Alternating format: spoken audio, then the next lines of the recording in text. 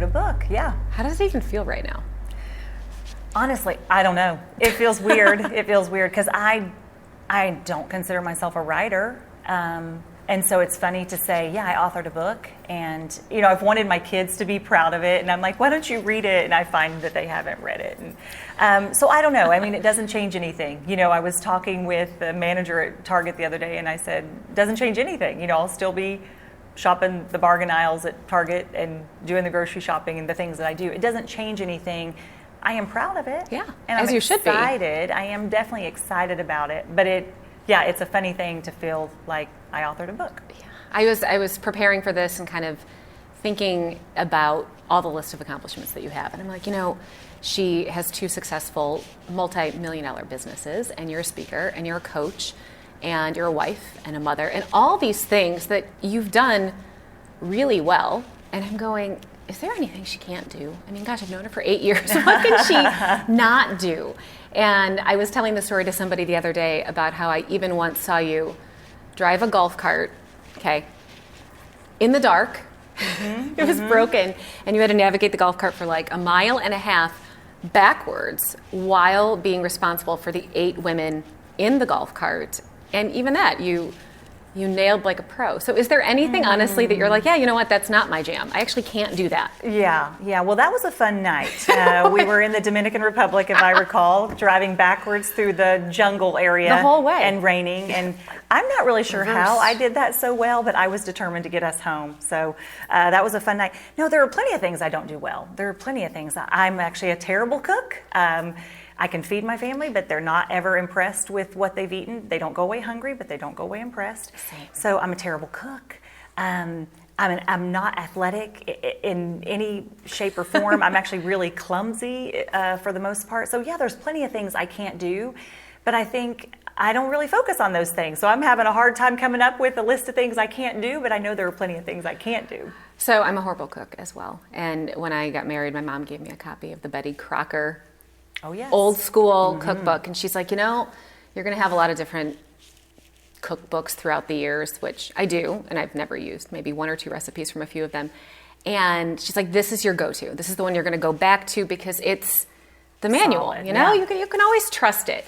And I feel like as I was reading your book, that analogy kept coming to mind. Like, this is the Betty Crocker cookbook of really self-improvement books for me. And I have read little tidbits of a lot of them.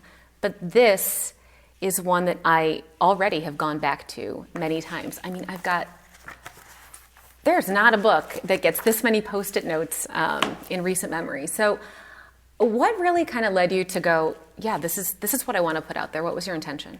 Right. So I'll be honest, I never thought, I can't wait to write a book someday. Like, that thought never crossed my mind. Never? Matter of fact, no. Matter of fact, I went to a conference for speakers and writers, and I made it very clear, I'm here for speaking. I don't think I could ever write a book. But I really did feel like the Lord laid it on my heart. Like, Jessica, you have a message to share. And I think that people can make a lot of assumptions when they see me now or they know me now. And I want to encourage people that it hasn't always been this way. It didn't just fall in my lap and happen this way. And so I really felt like I was called to do it. And so it was scary, and I thought, I don't even know how to do this. Thankfully, I did have some help. But I thought, I'm going to just share with people my story and tell them where I came from and what it was like and what I did to build the successful businesses and raise my family. And if it can help other people feel like they can do it too, that's really my heart. That's my goal.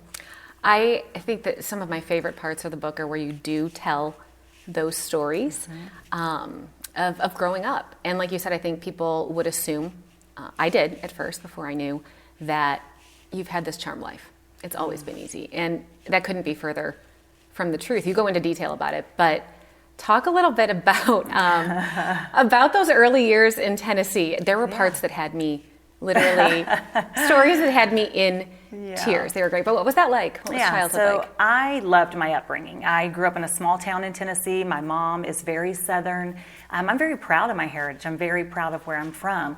My parents were hard workers. My dad was a school teacher, but he struggled to get a job teaching. So for a while, he was the manager of an automotives department at Kmart.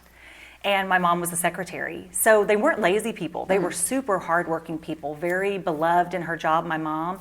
My dad was very well respected in what he did, but it was tough raising, a family of 3 kids, and we moved a lot. I think I lived in 9 or 10 houses before I was in 6th grade. Moved every year because we rented, and as the rent went up, we moved on.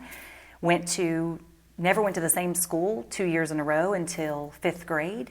So it was a lot of change, and I watched my parents work hard, and I watched them struggle, and I didn't want that. And I didn't know how I was going to make it not that way, but I knew I didn't want that.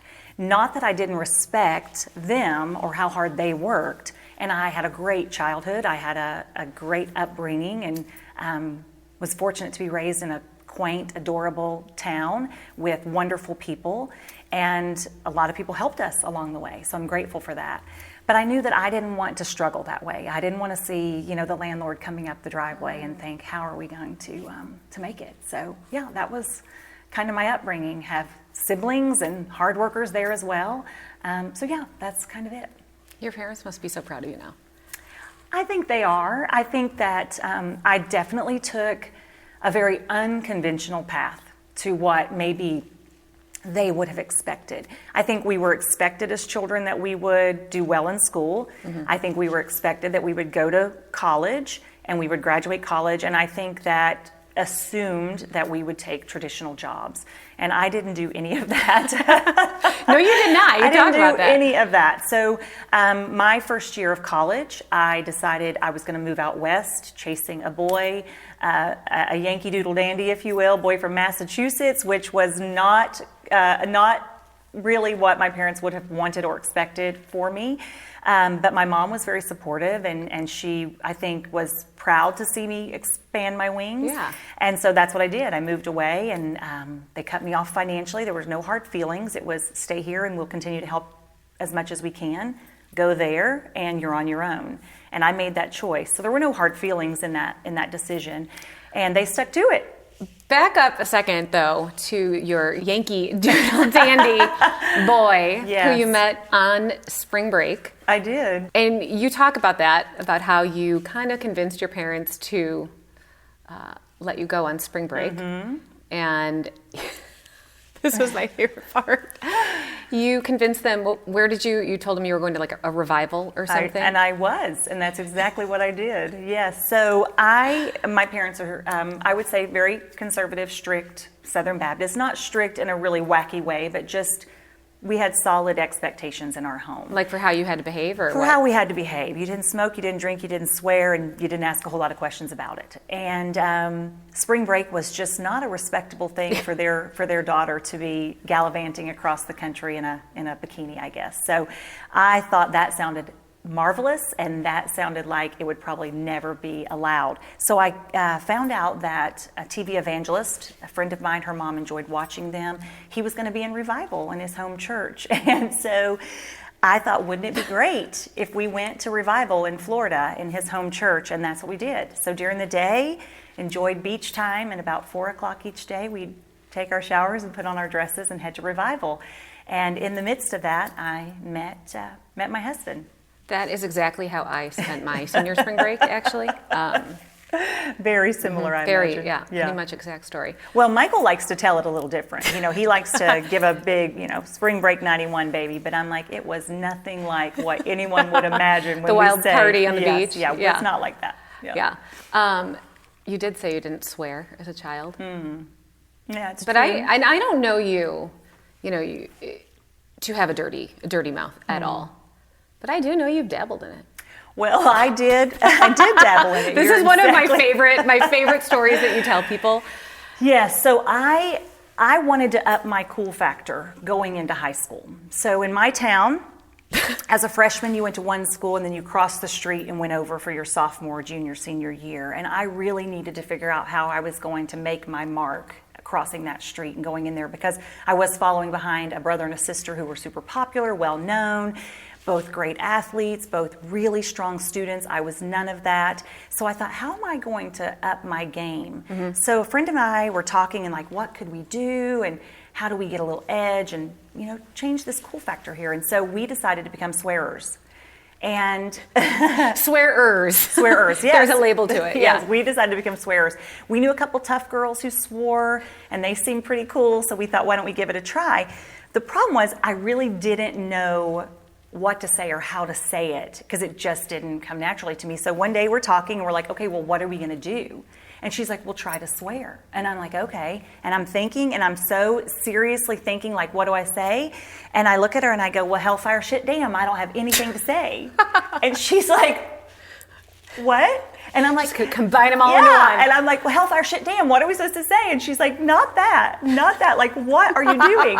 And she said, and you sound angry. And I'm like, I'm just trying here. So I'm like, well, you try. And hers sounded a little more natural than mine. So I gave it a try for a little while, maybe a month, 6 weeks or so, but it always felt like I wanted to string it all together. And so I would be like, I don't know, hellfire, shit, damn, I've got a whole page of math. And she's like, you've got to stop with the hellfire, shit, damn. So that was my extent of swearing. I really wanted it, and I tried, and I thought it was pretty good that I was managing to get 3 out at a time. And it just didn't work for me. It just didn't work for me. Wasn't your thing. It wasn't my thing. So I've just never been a swearer. Don't you think it's funny though? Like, I think most women and probably men can look at different moments where they have tried so hard to fit the mold of something else that they think is going to make life a little more fun or a little more edgy, and then you try it and you're like, oh yeah, this doesn't fit. Oh yeah. No, I think that's a trap we all fall into. And I mean, that wasn't the only time in my life that I tried to fit in a way that was not authentic to who I was not the core of me. And I mean, we evolve, we change, we grow. I'm certainly not today who I was at 18 or 20 or 25 or 35. We do evolve and we change, but I think we all have a core. We have a strength and a core who we really are. And certainly I tried things that didn't align with that core. And some of them I tried longer than I should have, and I put myself out there in ways that maybe I look back on and think, oh, bad decisions. I made plenty of them. But I think that's where you have to align and know your core. And when you know your core, then you're okay being with someone who is different than you. They can be the way they are, and you can be the way you are, and you can still really be great friends. I feel like authenticity is such a big thing right now. And, even starting back then when you're trying to figure out who am I, I'm going to be a bad girl and up the bad game. And I was recently having a conversation with somebody who said, I am who I am all the time. I know myself so well. I'm so self-aware. And I was looking at her and thinking, but are you really? Because I feel like some people view this authenticity thing and think, I can be my complete, just here's who I am, like it or not. And if you don't like it, well, too bad for you. And, you give some examples in the book about how it's important to know yourself and to have your core values, but also know when to put on a layer of the onion to show respect to somebody else. That it's not just about being, you're not going to go into your child's open house and start swearing just because that's who you are, that you have to know how to kind of put those layers on. Talk about that for a second, because I thought that was so interesting. Yeah, so I call it being a chameleon. You don't want to just adapt to every circumstance in a way that isn't authentic to who you are. You do want to adapt, but you don't want to transform or change to that if that's not who you truly are. So I give an example in here of having dinner with a coworker and her husband who are quite conservative, and the way I dressed to go to dinner with them versus the way I might dress to go to dinner with some girlfriends, out on a girls' trip. I dress pretty conservative and pretty modest regardless, but certainly, to be respectful of her and her husband, I dressed even more conservative. And Michael, my husband, called me out on it. And I said, no, I didn't go buy an outfit to go out to dinner with them. I'm just choosing to be respectful of their beliefs and of him. So I think that there's always a way to still be true to who you are, but sometimes you have to adapt to certain things. You're not going to wear fishnet tights to dinner with the conservative couple. Yes, or to a high school reunion, and that might be the request. Yeah, I'm not going to do that. That does not align with the core of who I am. So, yeah, I don't think that. I don't think that it's wrong sometimes to hold back a little bit on who you are in certain circumstances. And I think that there are other times that absolutely you can be full on who you are.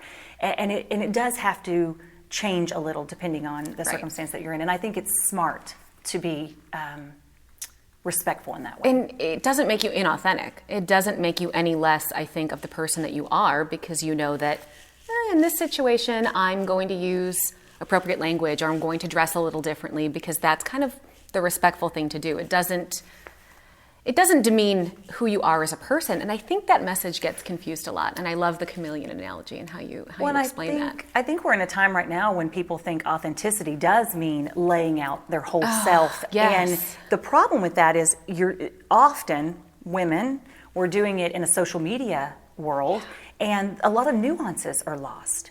If people don't know you beyond that, you're kind of splaying yourself in a way that it leaves you for a lot of, judgment or a lot of criticism. So to me, I'm like, it's not that you're not willing to put yourself out there, but why do you need to do it in a way that that maybe doesn't fully represent who you are? Or you're doing it in a way that you maybe represent who you want people to believe you are. And so I think that's dangerous. Well, I think that the idea right now, especially on social media and with bloggers and things, the idea of being the mess, being vulnerable, putting it all out there is such a very present topic right now. And what I notice is that sometimes people take that and are throwing a lot of the mess out there, or sometimes even curating that mess. When you're like, oh, sister, your cupboards don't look like that. You actually have clean cupboards. I've seen them. You just mixed everything up so that people would think you're being vulnerable. They're sometimes not finding that middle ground of not putting it all out there. I think if you're having to work really hard to be authentic, you're not being authentic. Exactly. I think if you have to work really hard to figure out what you want people to see and think and do with and around you, you're not being authentic. So I think let's just drop all that. Let's just drop all that. Let's be okay with who you are. And you're not a hot mess. You're not a hot mess. You're a busy mom. You're not a hot mess. You're a busy woman. You're not a hot mess. You have a lot going on. I mentioned in the book something a little controversial about ADHD, but I think, we have to be careful throwing these labels around. I think we have, attention distraction disorder, right? Like we have so much information coming at us. We have so much information between what's coming home from our kids' school, what's on the news, what's coming at us in social media. We're distracted. I don't know that our brains were designed to work that way. I believe ADHD is real. I don't believe for a second that it's not a real diagnosis, but I think that people have taken that label and they use it as a label, they use it as an excuse, and I'm like, that's wrong. Unless you've seen a physician and he's diagnosed you with that, and he or she, I should say, unless you've been diagnosed with that, then let's be careful doing that. Don't do it to yourself, and don't do it to those who truly suffer with that, that illness, because it's real. As a society, we don't all have that, but we all probably have attention distraction disorder. It's an easy thing for people to kind of grab onto and turn into part of their identity. But I appreciated that chapter because as someone who has been diagnosed, I've had brain scans, I have been really trying to treat actual attention deficit disorder for 17 years now. I would do anything to be able to not have it. So I look at people who are saying, oh, I'm so ADHD, and I think, no, actually you're not at all. And can we stop throwing that around there? Because it is offensive, I think, to people who really are struggling with it. Absolutely, yeah. No. Let's transition a little bit and talk about, so you met your Yankee Doodle Dandy, you met Michael, and you decide together you're getting married, you move out to Colorado, you start building this life together, and then you end up in Dayton, Ohio, where you're starting your life and starting your family. And one of the things, after knowing you for 8 years, that I did not really know, and you talk about this, is it was a really tough time for you, those early years of motherhood. It was, yes. And I think that it's tougher than people realize, and it's something that we're almost shamed for feeling, right? Because I was around a lot of people that were telling me I should be so grateful. I should be so thankful. I've got this new baby boy and I've got this part-time job. I kind of had the best of both worlds, and I've got this husband with a great career, and everything looked like it should be glamorous and wonderful. And the truth is, I was drowning in, I don't know about being this stay-at-home mom. I don't know about, I didn't feel like I was doing the best job as a mom. I was comparing my nursery to somebody else's nursery, her breastfeeding journey to my breastfeeding fiasco. I mean, everything was just terrible. At that time, I had a friend that was an amazing mom, and she was an amazing breastfeeder, and she was a stay-at-home mom, and she was everything great, and I was everything awful in that role. And it just was so, I wore a mask every day. I just had a smile on my face, and I was just a robot going through the motions. And one day I realized that I had to be okay not being like them, and I had to take care of my child and my family the best way that I could. And it was hard. It was hard because I was looking at society, and society was looking at me, and they were telling me that I should be happy, and I was trying to reflect that back. And the truth is, I wasn't. I was pretty miserable. Loved my little one. He's precious. I love all my kiddos, but I'm just not naturally a stay-at-home mom. I'm just not natural in that role. And I found that I'm a better mom when I'm also working. I'm a better mom when I'm doing something else.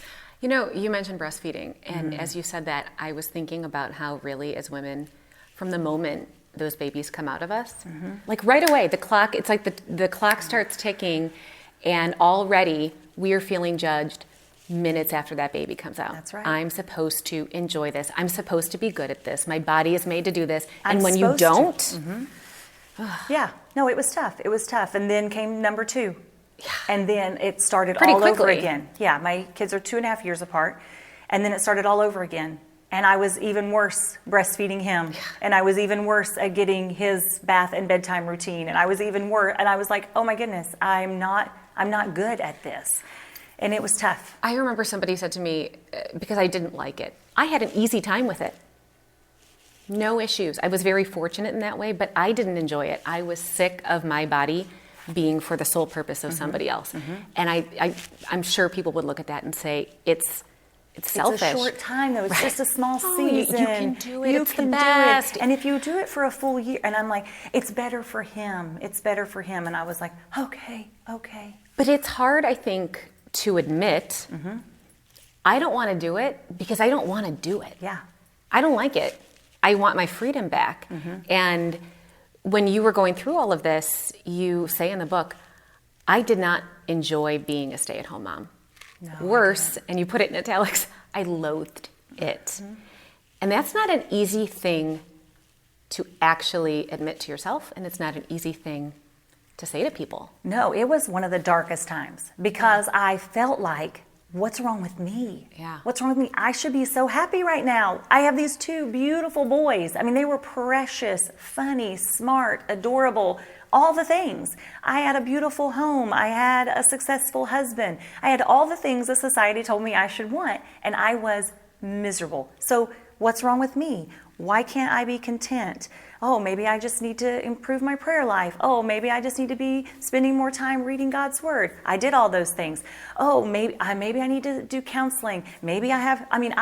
What's wrong with me? Turns out there was nothing wrong with me. There was nothing wrong with me. The bottom line is that I am created the way God created me. I'm a worker. I'm a builder. I'm a grower. That's naturally who I am. And so when I recognized that I could be good in both arenas, but I was better in this arena when I allowed myself to be good in this arena also. When I accepted that is when I kind of came into the full goodness of what I truly believe God had for me. It was in that recognition. Rather than allowing society to determine who and what I should be, I really got centered on who I believe God made me to be. And that changed everything for me. You talked about, at the end of this period, intentionally choosing to shift your mindset. And there was what I view as a pivotal moment Absolutely. with a friend. Could you read that little segment? I think it's on page 68, 69. Okay. So I'll have to put my readers on. I'm not as young as I used to be. I got like 6 Post-its when I read it. Okay, so let me tell you how I overcame jealousy, fear, and the comparison-filled world I was living in. I met a mom who was much further down the line than me. She was battling cancer, and she was perfectly content with all the things that were not getting done. She was focused on her family, just being present with them and enjoying what time she had. It was beautiful to watch. It was refreshing. Her hair wasn't perfect. She didn't have a square meal prepared every evening, and she wasn't worried about what the world was thinking. She was simply present and choosing joy during a time when she could have easily chosen despair. She could have let all the why me and this isn't fair thoughts consume her. And here I was, not fighting cancer and having a daily pity party. I was feeling sorry for myself. This mom was fighting for her life and still chose joy every day. It was at her funeral that I decided I would choose joy every day, that I would not compare, that I would be happy for others and be happy for myself, that I could raise my family in a way that worked for us and others could raise theirs in a way that worked for them, and we could all be successful mamas. It was then that I learned to find other people interesting. I learned to see people's differences as an opportunity to learn, not compare. It was the best lesson I ever learned, and I'm sorry that it took a friend's death for me to realize it. Yeah, I love that part. Do you feel like that was a pivotal moment for you? Absolutely. Yeah. I still have Paula's obituary on my desk. I look at it. Choosing joy. It's simple. Yeah. You've heard it. You've seen it. But when you see someone live it out up to their dying day, it changed me. It truly changed me. I was not a happy person. I was angry. I was violent sometimes. I was really a disappointment to myself in that period of my life because I wasn't who I wanted to be, and it was all self-inflicted. So yeah, it was definitely pivotal, and I still to this day, look at that example. And on tough days, I choose joy, and on hard days, I choose joy, and I truly believe it was life-changing for me. Yeah. But you said choosing joy is simple. And I'm going to disagree with you there. I think it's actually hard. I think you have to be really conscious of it. Mm-hmm. But once you do, mm-hmm. once you start becoming intentional with it and choosing time and time and time again, then it becomes simple because it becomes habit. And I feel like... But I think that's true. You transition into... It's a simple thing. It's a simple concept. But I think what I mean by that is that it's harder for people to actually do in the face of all the craziness and negativity that's coming in. But you've made it a habit. I mean, you really do live that way. No, I think that's true. But I think that's true on anything that we mm-hmm. have to be intentional. We have to be intentional because there are seasons of life that it is hard to choose joy. And I think when I say it's simple, I think the wording is simple. I think to have it on a computer screen, to have it on your refrigerator is simple, right? Yeah. Choosing joy. But you're right, it's not easy every day, and certainly with all that people have going on in their lives, and people face hardships that we may never even know how much they've battled. You're right, I don't believe that it's easy to do it, but I think when you make it a habit and you start looking for what you do have to be grateful for, when you start... Another thing I think that was a big difference for me was when I could learn to be happy for other people versus wanting what they had or thinking, well, why isn't my life like that? She had nothing that I would have wanted from a health perspective. Right. But what she had was the ease of sitting down to dinner with her family at night and not worrying that everything was perfect, that what the world was thinking. And I thought, man, that contentment. And then here I did not have cancer, and she was happy for me. She was happy for me and my family. She was happy for me and my children. And she was a great example of that. So I think that was part of it. Choosing joy is learning how to be happy for other people. You find joy in their happiness. You find joy in their success. I mean, I love to travel. When I see other people's pictures of their travels, it brings me joy because I love seeing where have they been, what have they done, rather than back in that day in my life, I might have found jealousy. I might have been, oh, I can't believe they get to do that. We would never get to do that. Like, why would I think that way? So when I learned to be happy for other people, it was through her example that really allowed me to choose joy each day. I love that.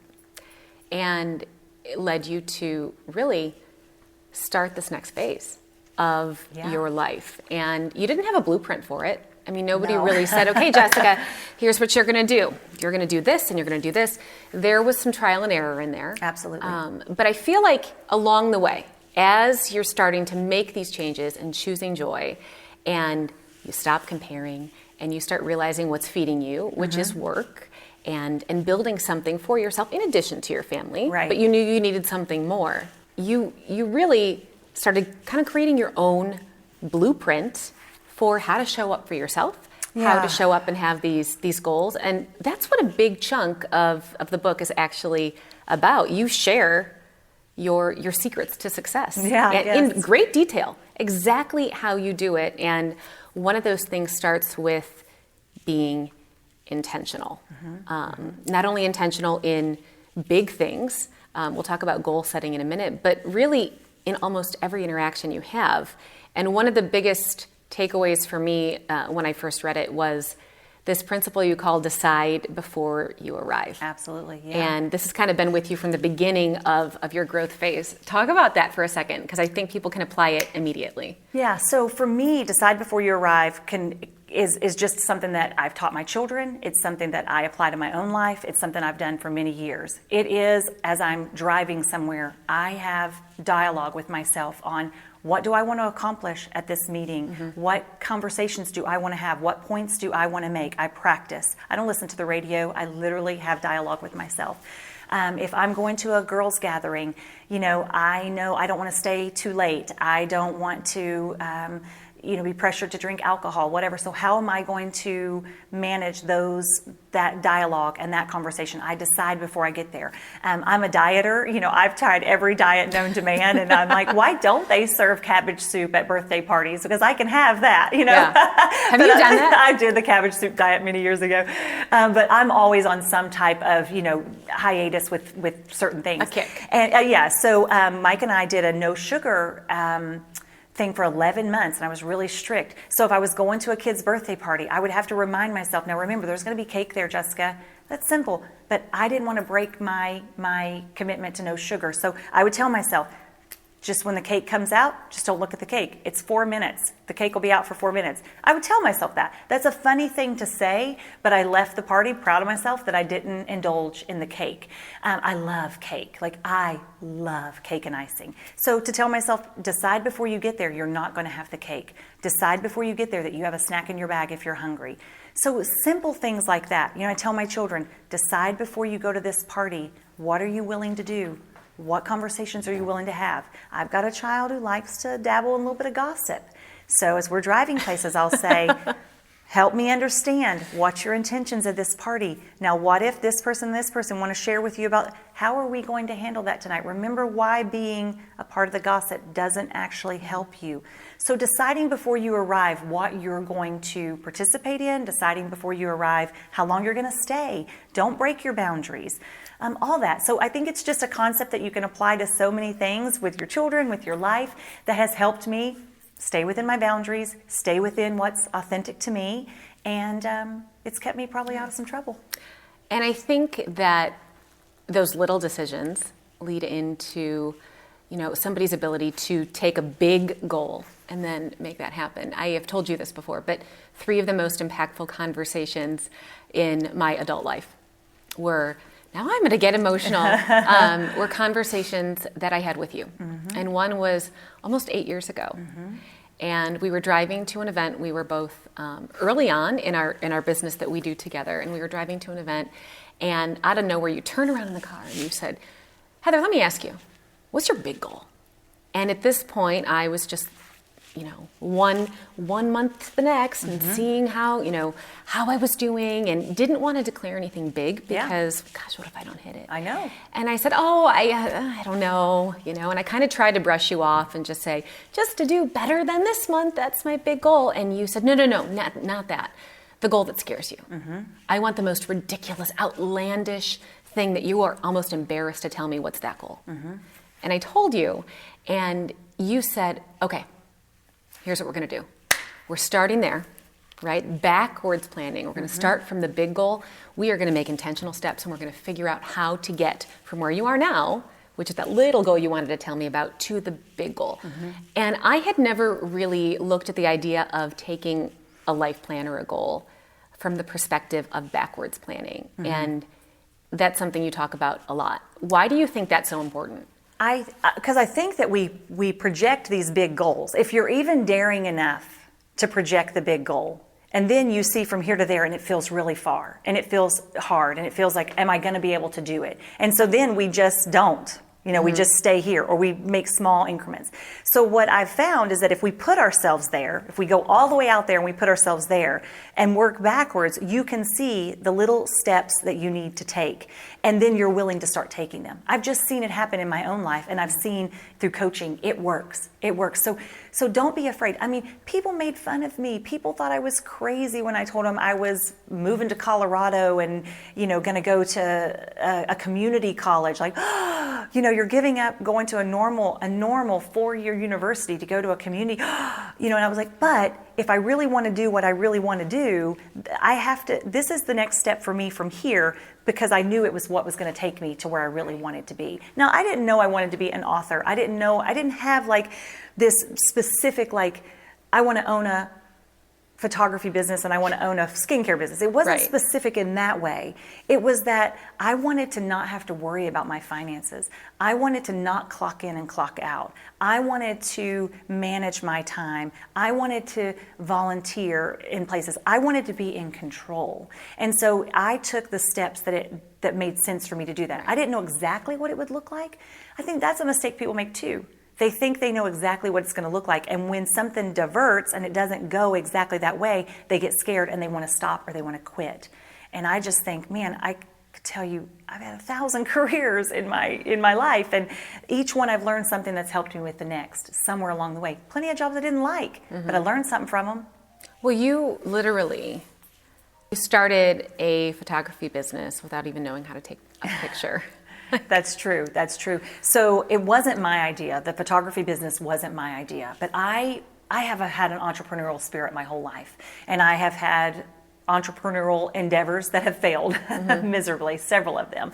So this idea was a girl that at that time was dating a business associate of my husband's, and she and I had a great time bantering about this idea that she had. And so I ended up partnering with her through a series of events and launched the business. But I had never held a professional camera and really didn't intend to ever hold a professional camera, but landed that first contract and decided, okay, I'm going to have to learn. And so I did. And I think that if you take that approach, you can learn it. Like, I don't think I could learn to be a NASA, astronaut, but I think outside of brain surgery and astronomy, I could learn things. I can learn things, well, right? She wants to learn astronomy anyway. Exactly.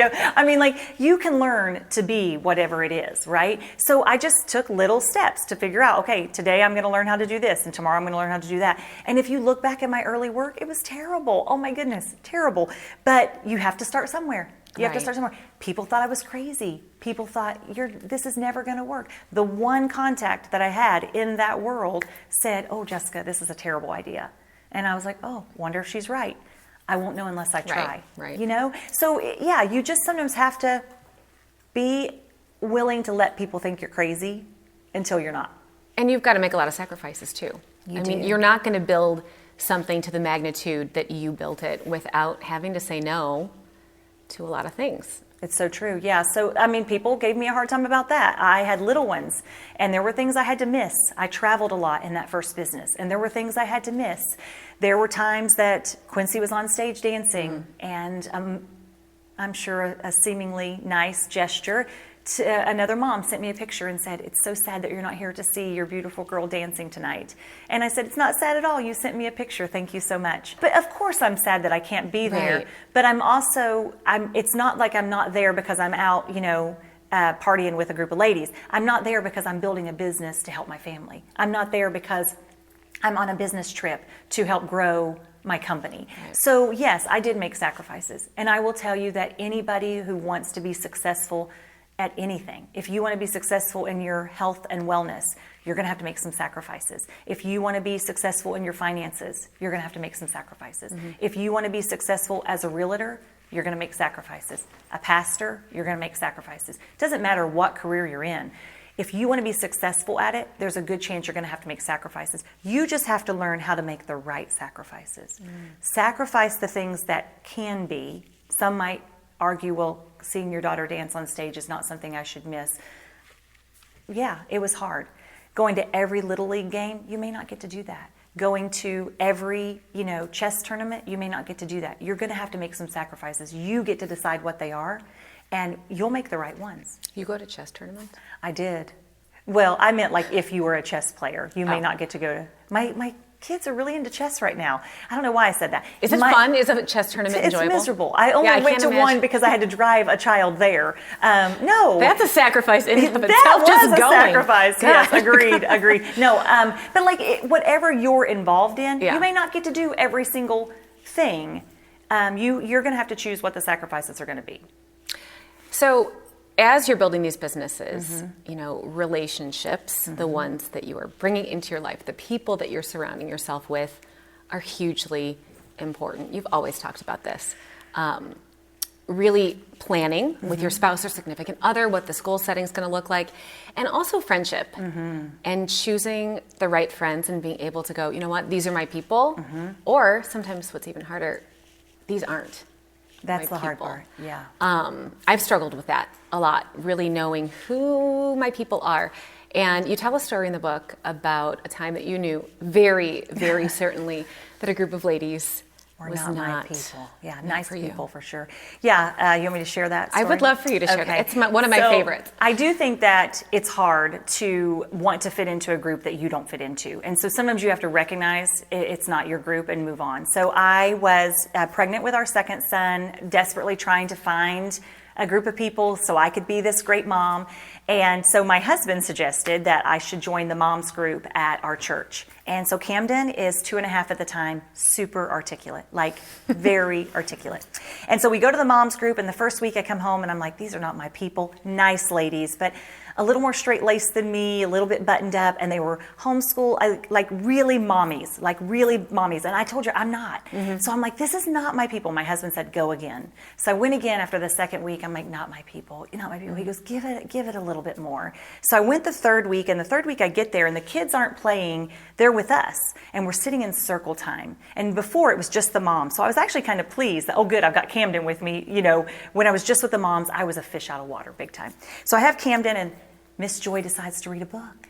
And so she says, God made the fish. Can you pretend to swim like God made the elephants. Can you find mommy's ears? And Camden reaches up and finds mommy's ears. And then she says, God made the bears. And bears have fur. Have you ever seen an animal with fur? And Camden raises his hand so proud. And I thought, what's he going to say? And Miss Joy said, yes, Camden.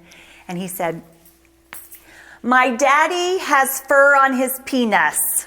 And I was like, whoa, what? It's not fur, first of all. And second of all, what are you talking? Like, why are you saying that? And what did they do? Oh my gosh, I'm looking at these moms and they're like, oh, you're looking away. And Miss Joy's just leaning in. And I'm like, come on, anything, a lion that roars. Like, what's the next thing? Like anything. And literally they're all just looking away. And I'm like, oh my goodness. And so thankfully, the story finally did move on. I don't know what the other animals were. I had that ringing, that passing out. Like I knew to get out of here. Story time's over. I gather Camden, I leave, and I call Michael from the parking lot, and I said, turns out either the other men at our church are far better groomed than you, or I don't know, but these women were shocked to hear that you have fur on your penis. And he's like, oh, I don't have fur on my, what are you talking about right now? And I said, well, that is what your son exclaimed, and I promise you I'm never going back there. So I didn't go back. Great people, still see several of them. I jokingly say that they blush when they see Michael coming because they know it's underneath those slacks. What's underneath that Sunday best. So yeah. I said this is the only book I've ever read that starts a chapter with a Bible verse and ends with a story about manscaping. Yes, so, yes. So yeah. All so the if you variety. ever see Michael, All just the call him variety. old furry bear. Oh God. I've never looked at him the same since I've heard that story. Yeah. So one last thing that I want to talk about is, yes, there's intention, there's sacrifice, there's choosing the right people, but you have to show up and actually work it. And when you got to the place where you were choosing your second business endeavor, you no longer needed to do something to feed your family. You didn't need to do it, but you did it. I remember the first time I met you was at a party for our mutual friend. She was launching her business, and 3 of us showed up. And you showed up after a long day, and you gave a presentation like you were giving it to a room of 1,000. And I left knowing that you had already had success with your other business, and I thought, she's either crazy or she's brilliant. Because why would this lady be standing in this room selling skincare to me, the neighbor across the street, and great-grandma? Yeah. Why? And you were putting in the work and showing up. Yeah, I would like to believe I'm a little bit of both, a little bit of crazy and a little bit of brilliant. But honestly, that was the sentiment from a lot of people. Yeah. And looking back now, I think maybe it was a little crazy. Maybe I was crazy. But I just knew there were other things I wanted to do. And I felt so excited about this. And people did give me those side glances. And I had many remarks. And people thought I was crazy. But I knew that this was something that I could get behind and get excited about. And that's what I want to encourage people, is that it may feel crazy to other people, but if it feels right to you, you know, I really believe in my heart that God gives us gifts and talents, and He expects us to use them.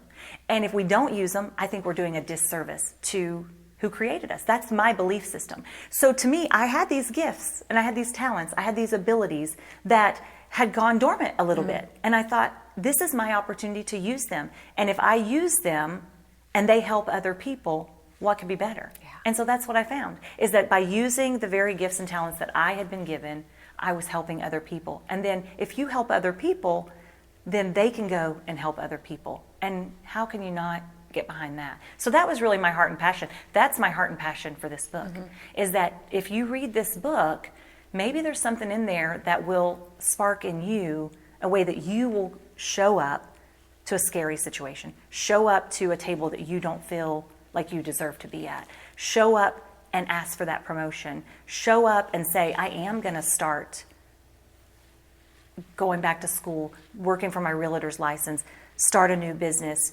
start the coffee shop that I've dreamed of, you know, start the podcast, whatever it is. So I hope that this will light a spark in someone that says, I'm going to show up. I might show up afraid, I might show up under ridicule, whatever it is, I'm going to show up and it's going to be worth it. And even if it doesn't turn out the way you expect, because trust me, none of this really turned out the way I expected. You will learn so much along the way, and if you'll take what you learn as you go, it will build into something great. I believe that. So you're using your gifts and your talents.